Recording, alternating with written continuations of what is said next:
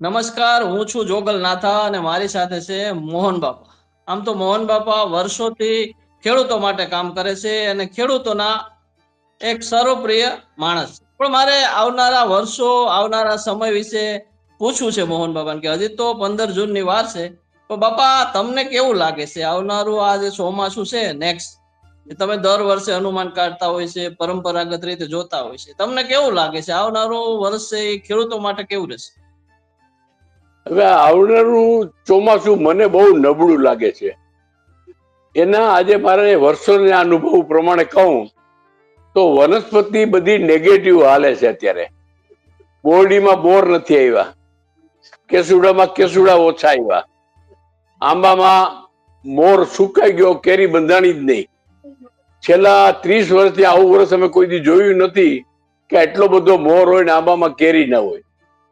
એટલે અનિયમિત થઈ ગયું છે અને બિલકુલ કેરી ઓણસાલ ખાવા મળવી મુશ્કેલ છે. આજે અમારું મોરુકા ગામ આખા તાલાળા તાલુકામાં ફર્સ્ટ નંબરની કેરીનું ગામ કહેવાય. ત્યાં અત્યારે જે ખેડૂતો છે એ લગભગ માનો કે 1000 વીઘાની જમીન છે, પણ કોઈને 5 કિલો કેરી કાકડી ખાવા નથી મળતી. નકર દરરોજ રિક્ષા ખાકડી ની ભરાતી હોય અત્યારે. એને બદલે ખાકડી નાની કેરી ગઈ ને લાંબામાં નથી એટલે ક્યાંથી આવે? એટલે બધા ખેડૂતો એમ કે છે કે ઓંચાલા શું થઈ ગયું, કેરી જ નથી આવી. એટલે એ સિમ્ટમ્સ નકામો ખરાબ લખ્યા છે.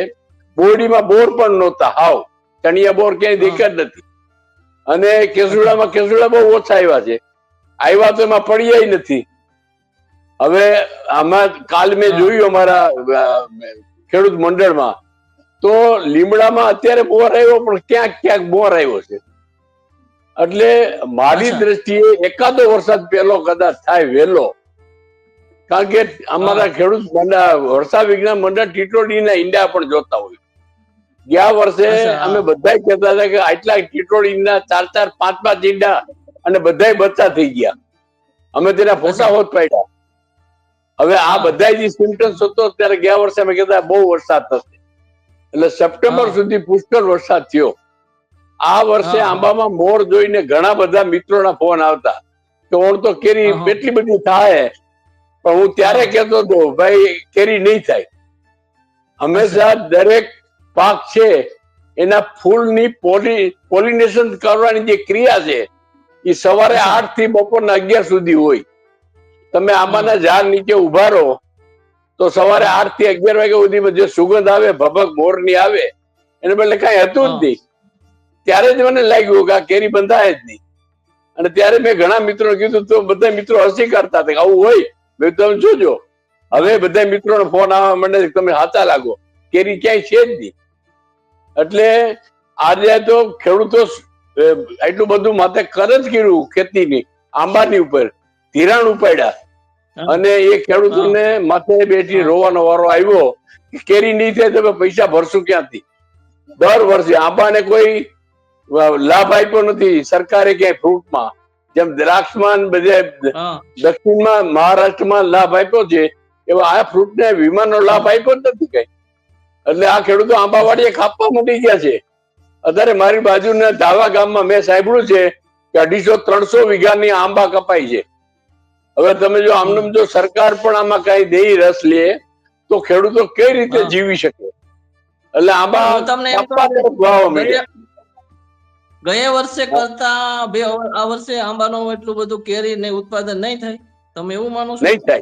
નહીં થાય બિલકુલ, બહુ ઓછું. બહુ છેલ્લે કદાચ કેરી ક્યાંક બહુ વહેલા નવેમ્બરના ક્યાંક આંબા આવ્યા છે. તાલાળા તાલુકામાં 1-2 આંબાવાડિયામાં દેખાણી છે કે નવેમ્બરમાં એ આંબામાં મોર આવ્યો એમાં ખાકતી છે.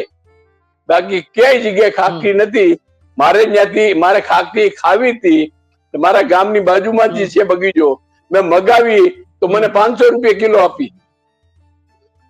નાની કેરી ખાકતી 500 રૂપિયા કિલો. અચ્છા, પણ એમને આ ઋતુની એવી તો શું અસર થઈ ગઈ કે આંબામાં આટલા બધા એવી શું વસ્તુ બની ગઈ કે આંબા ઉપર એટલા બધા નથી બેસતા? એવું બન્યું કે ગયા વર્ષે ચોમાસું સપ્ટેમ્બરમાં પુષ્કળ વરસાદ થયો, અને એટલો બધો વરસાદ થયો કે જમીન ઠંડી પડી ગઈ. જમીનમાં પાણી એટલું બધું હતું, ઘણા પાછલા પાકને નુકસાન પણ કર્યું. હવે એ જમીન જે ઠંડી ઠંડી જમીન હતી, અને આંબાના હંમેશા ઓગસ્ટ સપ્ટેમ્બર ની અંદર આંબાની અંદર ડાળીની અંદર મોર ની ક્રિયા, કેરી બંધાવવાનો જે મોર ની ક્રિયા ચાલુ થતી હોય છે જુલાઈ સપ્ટેમ્બર માંથી. એટલે એ ડીંડલી ની અંદર બધો ખોરાક ત્યારે જ હતો, અને એમાંથી મોર જ ફૂટવાનો હતો. એટલે એ વાતાવરણ અનુકૂળ હતું. એટલે જેવો વરસાદ બંધ રહ્યો અને હવામાન સૂકું થવા માંડ્યું, હવામાં ગરમી આવી, એટલે તરત જ આંબામાંથી તરત જ આંબામાં જે સુષુપ્ત પડ્યા તેમાં બધે મોર નીકળી ગયો. પણ મોર નીકળ્યા પછી જે ઋતુ અનુકૂળ આવવી જોઈએ એ ઋતુ અનુકૂળ ના આવી, હવામાન સૂકું થવા માંડી ગયું. આમ કે ગામડામાં બોલે ભૂર, સૂકો પવન વાવા માંડી ગયો. એટલે એ વાય તો પોલિનેશન ક્રિયા પરાગરજ અંદર તૈયાર ના થાય, અને પરાગરજ ના હોય તો કેરી બંધાય જ નહીં. એટલે મોર ની અંદર એક દી બે દી પછી ધીરે ધીરે આખી દાંડલી ને બધા અંદર મોર ખોટા પડી ગયા. એટલે એમ કરતા કરતા ત્યારે જ મેં કીધું હતું કે આ મોર ખોટો પડી જાય, આ મોરમાં કેરી નહીં બંધાય. હવે આ વખતે આંબા ફૂટ્યા હતા, એમાં કે કેરી ના બંધાણી. ત્યાર પછી ફૂટ્યા હતા તોય વાંધો એમાં પણ કેરી ના બંધાણી. છેલ્લે છેલ્લે જે કઈ કેરી બંધાણી, પોલિનેશન થયું, એ પણ ખોટું થયું. એટલે ખોટું થયું એટલે જેમ ખારેકમાં ખલેલા આવે ને, પોલિનેશન વગર જે ખલેલું આવે જેની બી ના થાય, એવડી એવડી કેરી પડી ગઈ, એવડી કેરી તેને સુકાઈ ગઈ, અંદર કઈ ગોઠલી જ નહીં. એટલે એવા ઘણા ખેડૂતો એવા કે ગોઠલી જ નથી. એટલે એવી રીતે દશા. એટલે એ બધું જે કઈ ખોરાક હતો એ બધું આવી રીતે જ આંબાએ હવામાનને કારણે વેડફાઈ ગયો, એટલે કેરી ના બની શકે. અચ્છા, अब તો બીજું તમને એક મારે એ પૂછવું છે કે આ તમે દર વર્ષે હવામાનનું અનુમાન કાઢતા હોય છે, આખી એક જુનાગઢ ની અંદર એક આખી સમિતિ છે, એ બધા લોકો પણ આ વર્ષે બીજા ઘણા બધા તત્વોને અનુકૂળ આમ પોઝિટિવ નથી લાગતા? ગઈ વર્ષે જેવું નથી લાગતું? નહીં, આ વર્ષે કસ પણ બહુ ઓછા બંધાય મેં લખ્યા છે. અમે ખાસ કસ જોતા હોઈએ છીએ. જે કારતક મહિનાની 11 પછીથી હવામાં આકાશમાં જે કસના વાદળો બંધાય, અને એ કસના વાદળો થી 6.5 મહિને વરસાદના રૂપમાં જે નીચે આવે એવા કસના વાદળો બંધાણા નથી. એક ઈ નેગેટિવ પોઈન્ટ બહુ ઓછા બંધાણા. એટલે બધા અમારા આગાહીકારો એમ કે છે કે આ વખતે કસ બહુ ઓછા બંધાણા છે, ચોમાસું નબળું રહેશે. બીજી વસ્તુ આ આંબાનું જે વનસ્પતિ પોઝિટિવ રહેવી જોઈએ એને બદલે નેગેટિવ રહી. બોરડીમાં ચણિયા બોર આવ્યા નથી, બહુ ક્યાંક ઝૂજ હતા, એટલે એ પણ નેગેટિવ.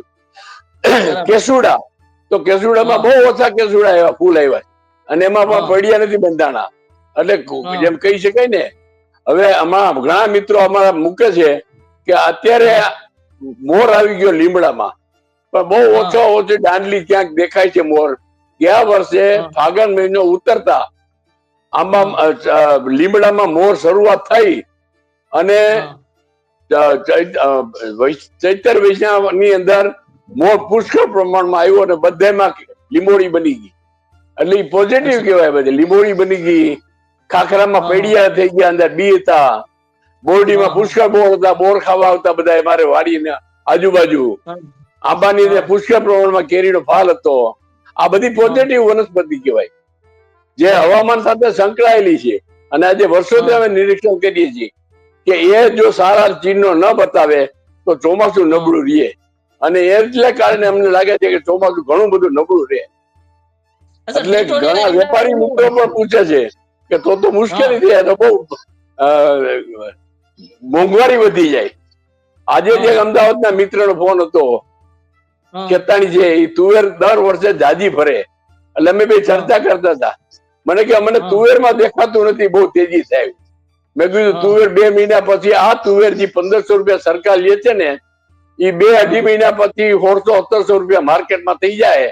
અને જરા કે ચોમાસું નબળું દેખશે ને, એટલે વેપારી તુવેર પકડવા માંડશે. તુવેરના ભાવ પાછા હતા હોય જશે, સરકારના હાથમાં નહીં આવે. આ મારું અનુમાન છે, અને આમાં લગભગ હું ખોટો નહીં પડે એવું મારું આત્મા એમ કે છે. અચ્છા, હવે લોકો ખેડૂતો છે, તો એને આ જે ચોમાસાને અનુસંધાનમાં શું કરવું જોઈએ? તમારું શું છે? ખેડૂતો છે, ખેડૂતો છે, ખેડૂતો એને હા. આ ભવિષ્યના ચોમાસાના અનુસંધાનમાં શું કરવું જોઈએ? મોહન બાપા શું એટલે કહે? એ બહુ મુશ્કેલી વાળું છે, કારણ કે પાણી હોય તમારા બરાબર છે. જમીનમાં, તળમાં જ પાણી હોય જ્યાં ક્યાંય ને, તો હા એ પાણીથી જ્યાં પાસે પકવી શકે ને એવા પાક, અને ઓછા પાણીના પાક થાય એવા પાક વાવવા જોઈએ. બહુ પાણી જોઈએ એવા પાક પણ ન વાવવા, કારણ કે એ પાકને ઉજેરવા પાણી નહીં હોય, વરસાદ નબળો હા પડે તો પાણી ન હોય તો એ પાકને હા ઉજેરવા કેમ? મગફળી છે, આ હા કપાસ, એને પાણી જોઈએ ને પાણી ન હોય તો શું હા કરો? એટલે ઓછા પાણી વાળા પાક ચોમાસું વાવવા જોઈ એવું મારું અનુમાન થાય. ચોમાસાની રૂખ હજી ઉતાસી નો પવન જોવાશે, અખાત્રીજ નો બરાબર. પવન જોવાશે.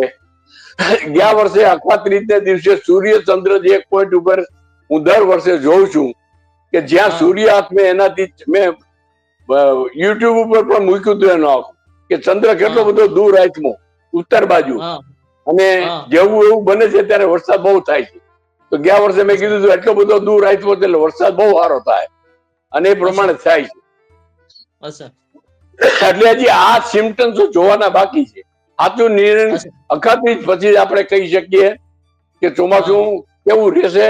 અને લગભગ હા આગાહીકારો ભાઈઓ પણ ઉતાસળીનો હા પવન, અખાત્રીજ નો સવારનો પવન, હા અખાત્રીજ નો સાંજો સૂર્યચંદ્ર, આ બધું નિરીક્ષણ કાયમી કરતા હોય છે.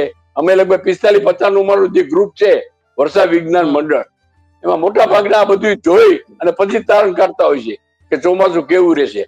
એમને ગમે તે વાતો કરી હા એનો વ્યાજ બી નથી. એટલે કોઈ દિવસ ઓકે હું વેલી વાત કરતો જ નથી.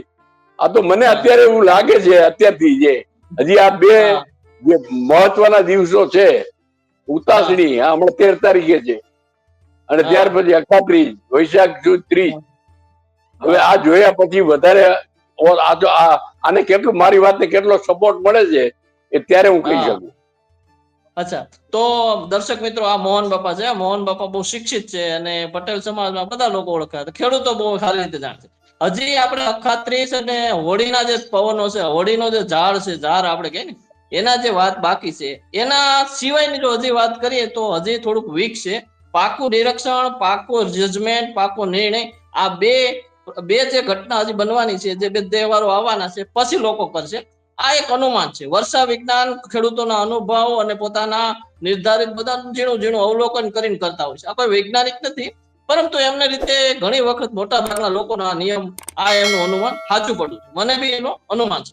તો મોહન બાબા, તમારો ખૂબ ખૂબ આભાર, ધન્યવાદ. ફરી મળશું ક્યારેક થેન્ક યુ, નવા વિષય થેન્ક યુ, સાથે. Thank you, thank you. જય જય આવી વાત ગરુ. ખેડૂતો પાસે પહોંચાડતા રહ્યો.